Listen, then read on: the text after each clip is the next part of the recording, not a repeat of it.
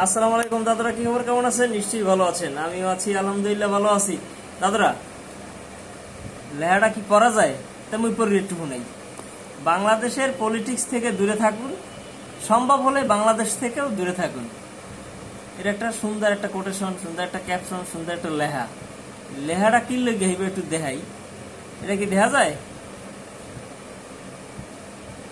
কিন্তু মগো বাংলাদেশ, সোনার বাংলাদেশ, সোনার ছেলেরা, ঠিক আছে, কথা আসলে কইতে চাই না, কিন্তু যদি দুই সাইডে কথা নাও কই, তখন বুকের ভিতরেই, নিজের ভিতরেই অনুশোচনা জাগে যে আল্লাহ, আমি আমার হাত পাও শক্ত আছে, চোখে দেখতে পারি, মুখ আছে, কথা কইতে পারি, মুই কি লেগে এই কথাটা কই না, কিংবা মানুষের জানাই না কি লেগে। এখন এইটা কিন্তু পুরান ঢাকার একটা ঘটনা। একটা ব্যবসায়ীর কাছে টাকা চাঁদা দাবি করছে, চাঁদা দেয় নাই বিধে, হ্যাঁ, কতিপয় দুষ্কৃতিকারী লোকজনরা এই কাজটা করছে। ঠিক আছে, বাংলাদেশটা এখন এমন ভাবে একটা চলতেছে, মানে অভিভাবক আছে কিন্তু অভিভাবকের কার্যক্রম নাই, এরকম একটা অবস্থা। আবার এরকম হইতে পারে যে আমরা যে বিগত দিনগুলোতে যা দেখছি, যা শিখাই দিছে, সেগুলাই আবার এখন চলতে আছে। মানে আমরা যে জাহিলিয়া যুগে আছি বর্তমানে, এইটা কিন্তু এর প্রমাণ। হ্যাঁ, আপনি যে দেখছেন যে ব্যবসায়ীকে মারিয়ে লাইছে, শুধু যে এই ঘটনা তা না, এর চাইতে মারাত্মক মারাত্মক ধরনের ঘটনা বাংলাদেশে কিন্তু ঘটতে আছে, চলতে আছে।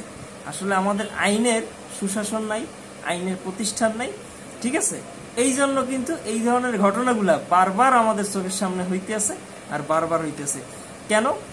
এই এখন একটু যাচাই বাছাই করলে দেখবেন যে এই ঘটনার মামলা হইবে, এইবার কি হইবে, কোর্টে যাইবে, কোর্ট দিয়ে কি হইবে, উকিলে টাকা খাইবে, খাইয়া এই লোকরা আবার জামিন করিয়া ছাড়াই দেবে। কি দাদু, বিগত দিনেও এইরকম ঘটনা, আলোচিত ঘটনা, এগুলো ঘটছে, আর ঠিক এরকম করে সব পার হয়ে গেছে। মানে আমরা যে কোনো জিনিসের, কোনো কিছুর, হ্যাঁ, যখন হয় এই সময় সবাই একসাথে জাগর দিই, ওই জাগর দিয়ে ওই পর্যন্তই শেষ।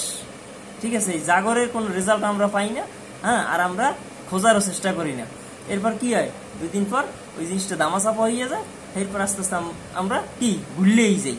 ঠিক আছে, এই জিনিসটা এখন সবাই মানুষের মনে মনের মধ্যে রয়েছে। 2 দিন 4 দিন 7 দিন যাও, দেখবেন আবার সব ভুললে যাইতে, সবাই ভুললে গেছে, এই জিনিসটার কেউ মাথায় নেই। কিন্তু যে পরিবারের যে মানুষটা মিসিং হয়ে গেল, যে মানুষটা হারাই গেল, ওই পরিবারটাই জানে যে তাদের কি অবস্থা, কিংবা কিভাবে দিনকাল চলতে আছে। ঠিক আছে, এগুলো কিন্তু দাদু, মুই, আমনেরা এগুলো কিন্তু কখনোই বুঝতে পারবেন না। কি লেগে মোর ঘর দিয়ে কেউ যায় নাই, এর লেগে মোরা কিন্তু ওই ঘটনাগুলা কি রকম ঘটলে হয় ঘরের ভিতরে, এগুলা জানতে পারবো না। ঠিক আছে, আর দেশের এখন যে একটা অবস্থা, মানে এর একটা বেতাল অবস্থা, মানে খুন, ধর্ষণ, হত্যা, মারামারি, এটা এমন একটা পর্যায়ে চলে গেছে যা বলার মতো না। এবং যেসব ঘটনাগুলো ঘটতেছে একেবারে লোমহর্ষক ঘটনা, মানে এর থেকে নিকৃষ্ট জঘন্য আমার মনে হয় যে কোনো ঘটনা আর মনে হয় অন্য কোনো দেশে এইরকম হয় না, একমাত্র বাংলাদেশেই সম্ভব।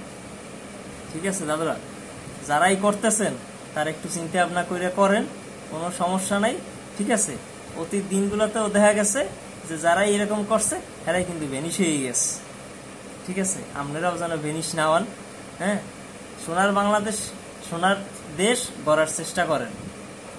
ঠিক আছে, ধন্যবাদ দাদারা, ভালো থাকবেন, আল্লাহ হাফেজ।